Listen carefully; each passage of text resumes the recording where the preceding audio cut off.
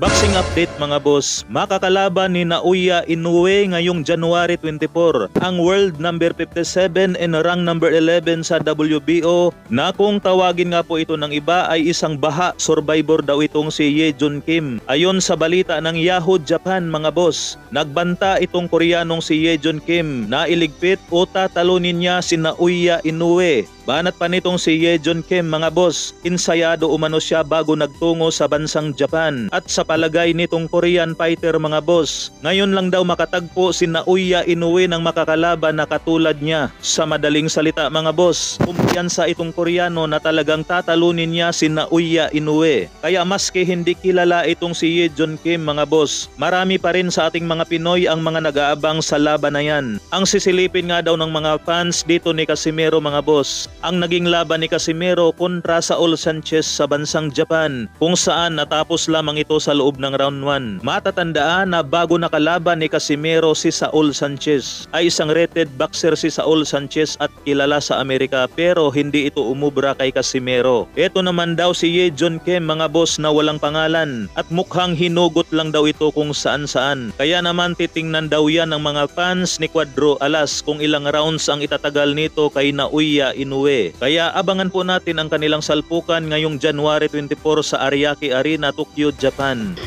Dami sombrero ah. Mga sombrero ko. Dami yan ah. Lahat ba may sombrero na? Siguro. Order na. Order na kayo. Tol, may tanong ako sa'yo, Tol. Oh, ano?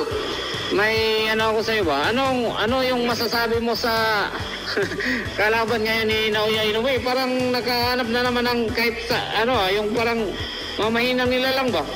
Ah, Naoya. Oo. Sino na naman yung pinalit mo, Naoya? Ha? Yun lang. Akala ko ba ikaw yung pinakamalakas? Yung pinalit mo sa kalaban mo, hindi naman natin kilala yun. Sino ba yun? Abati ka. Nagka-ano na tayo ah. Kabistuhan na. Kabistuhan na tayo ah. Abati ka. Hoy, Naoya Inoue, hindi ikaw ang tunay na malakas. Yan oh. Naghihintay lang ako sa'yo kung kailan ka